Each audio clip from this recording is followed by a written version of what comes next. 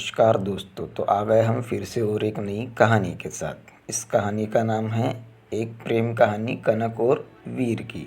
मगर इससे पहले अगर आप हमारे चैनल पर नए हैं तो हमारे चैनल को लाइक सब्सक्राइब करके बेल आइकन प्रेस करके ऑल कर दीजिए, ताकि जब भी हम ऐसी अच्छी अच्छी नई नई कहानियाँ बनाएं तो आप तक हमारे कहानी की नोटिफिकेशन पहुंच सके। तो आशा करता हूँ आप सब्सक्राइब ज़रूर करोगे। तो चलो कहानी को स्टार्ट करते हैं। एक प्रेम कहानी कनक और वीर की। कॉलेज में दाखिले का समय बीतता जा रहा था, लेकिन कनक यह तय नहीं कर पा रही थी कि वो किस कॉलेज में दाखिला ले।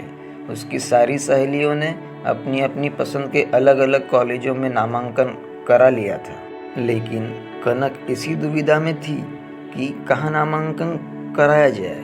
कनक ने शहर के सभी प्रतिष्ठित कॉलेजों में नामांकन फॉर्म ले लिए। कनक अपनी सहेली के साथ महिला कॉलेज की प्रधानाचार्य के पास महिला कॉलेज का फॉर्म लेने गई। महिला कॉलेज की प्रधानाचार्य उसके सहेली की माँ थी। उन्होंने कहा, अभी तुम कॉलेज में नाम मत लिखवाओ, अभी +2 में ही दाखिला ले लो। वहाँ का अनुशासन भी अच्छा है और पढ़ाई भी। इच्छा न होते हुए भी कनक को आंटी की बात माननी पड़ी।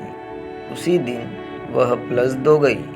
वहाँ जाने पर उसे पता चला कि आज ही एडमिशन फॉर्म मिलने और जमा करने की अंतिम तारीख है। कनक ने एडमिशन फॉर्म खरीदा और भरकर जमा किया।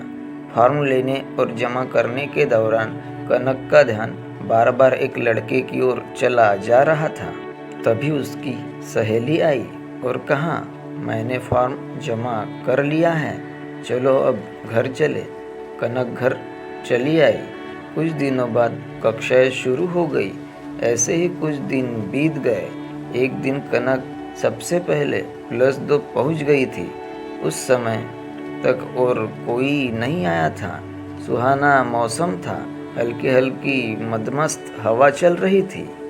तभी कनक अचानक पीछे मुड़ी तो उसे सामने वही लड़का आता हुआ दिखा जिसे उसने फॉर्म भरने के दिन देखा था। धीमी धीमी चलती हवा उस लड़के की जुल्फे उड़ा रही थी। नजरें नजरों से मिली और दिल में कुछ हुआ और वह लड़का कनक को आकर्षित कर गया। अब कनक की नजरें बार बार उसी चेहरे को तलाशने लगी।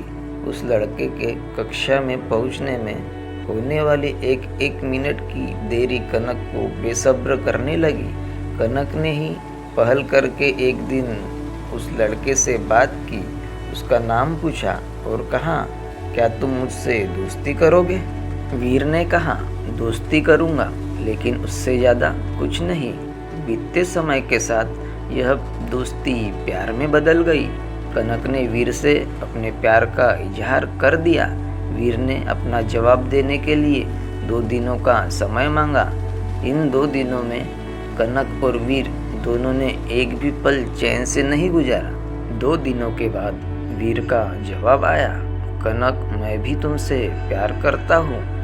एक नई प्रेम कहानी शुरू हो चुकी थी, लेकिन प्यार कब आसान होता है। धीरे धीरे कनक और वीर के दोस्तों और घर वालों तक यह बात पहुँच गई।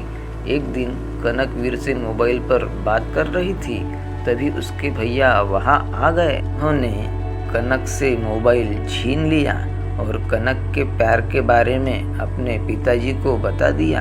घर का माहौल बेझिल हो गया। कनक के पिताजी नहीं चाहते थे कि कनक वीर से बात भी करे। उन्होंने कनक को वीर से बात करने से मना किया, लेकिन उसने उनकी बात मानने से इनकार कर दिया और कनक के इनकार का नतीजा यह हुआ कि उसके पिताजी ने उसे जिंदगी में पहली बार एक चाटा मारा। अब कनक और उसके पिताजी एक दूसरे से कटे कटे से रहने लगे। बीतते वक्त के साथ सब कुछ सामान्य होने लगा। कनक के पिता ने वीर को घर आने की अनुमति दे दी। अब वीर कनक के घर आता जाता है। दोनों के परिवारों से उनके प्रेम को स्वीकृति मिल चुकी है, लेकिन उनके सामने शर्त यह है कि शादी से पहले उन्हें अपने पैरों में खड़ा होना होगा। कनक और वीर भी अपने माता पिता और बड़ों के आशीर्वाद के साथ ही शादी करना चाहते हैं। कनक और वीर का स्वजातीय होना उनके प्यार का एक अहम पक्ष रहा, जिस कारण से दोनों परिवारों ने उनके प्यार को स्वीकार कर लिया। तो दोस्तों, यह कहानी आपको कैसी लगी तो कमेंट बॉक्स में ज़रूर बताएं और हमारे चैनल को लाइक सब्सक्राइब करके बेल आइकन प्रेस करके ऑल कर दीजिए, ताकि जब भी हम ऐसी नई नई अच्छी अच्छी कहानियाँ बनाएं तो आप तक हमारे कहानियों की नोटिफिकेशन पहुंच सके। तो आशा करता हूँ आप सब्सक्राइब जरूर करोगे। धन्यवाद। तो मिलते हैं नेक्स्ट कहानी में।